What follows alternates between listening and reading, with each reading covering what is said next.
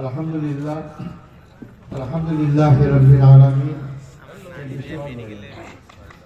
আসসালাতু ওয়াসসালামু আলা সাইয়্যিদিল মুরসালিন ওয়া আলা আলিহি ওয়া সাহবিহি আজমাইন। আজকের এই সমাবেশের সংগ্রামী সভাপতি, উপস্থিত এলাকাবাসী, ভাই ও বন্ধুগণ, আসসালামু আলাইকুম ওয়া রাহমাতুল্লাহি ওয়া বারাকাতুহু। মুসলিম ভাইদের প্রতি আমার শুভেচ্ছা এবং অভিনন্দন। আলহামদুলিল্লাহ, আমি আজকে আপনাদের সামনে হাজির হওয়ার সুযোগ পেয়েছি। আপনারা ইতিমধ্যেই শুনেছেন, আমি 3টি ফাঁসির রায় নিয়ে কার্যকর অপেক্ষায় ছিলাম জেলখানায়। এভাবে 14টি বছর কেটে যায়।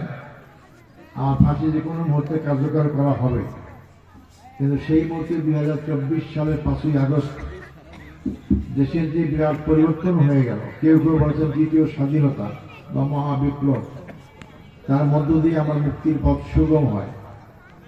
আমি কোনো দয়া অনুকম্পায় মুক্তি পাইনি। আমি সুপ্রিম কোর্টে আমার আইনজীবীর মাধ্যমে আবেদন করেছিলাম আমার মামলা আবার শোনার জন্য, পুনর্বিবেচনা করার জন্য।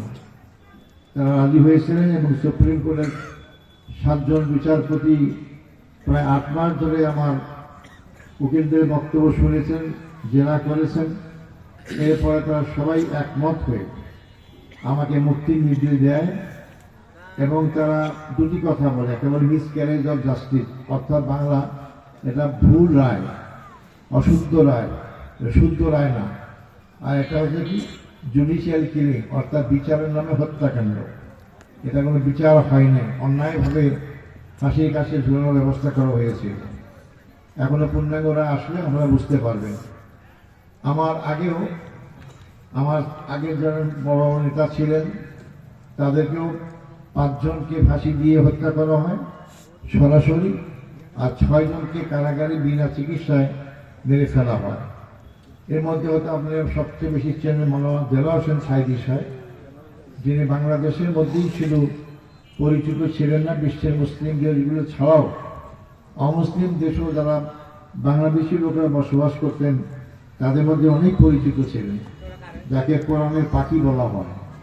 যিনি বাংলাদেশের সৃষ্টির পর থেকে প্রথম তাফসীর মাহফিল শুরু করেন। আজকে যত আলেম ওলামা ওয়াজ নসিহত করেন সবাই তার শিষ্য, তার কাছেই শিখেছেন। সেই ব্যক্তি 71 সালে জামাত ইসলামী করতেন না, অথচ তাকে 71 সালের অভিযোগেও তাকেও জেলখানায় দেওয়া হলো।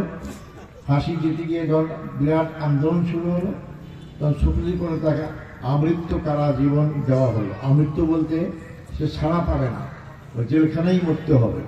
মানে ফাঁসির চেয়ে আমরা কষ্ট, ফাঁসি তো দিলে তো শেষ হয়ে গেল, কিন্তু তাকে তিলে তিলে কষ্ট ভোগ করে জেলখানায় মৃত্যুবরণ করতে হবে। সেই ব্যক্তিকেও বিনা চিকিৎসায়, আপনারা জানেন যে 2023 সালে থেকে তাকে হত্যা করা হয়। এভাবে আমাদের 11 জন কেন্দ্রীয় নেতা দেখে হত্যা করা হয়। এর মধ্যে আমি শেষের দিকে ছিলাম। এনারা গ্রেপ্তার হওয়ার আমি বাংলাদেশ জামাত ইসলামীর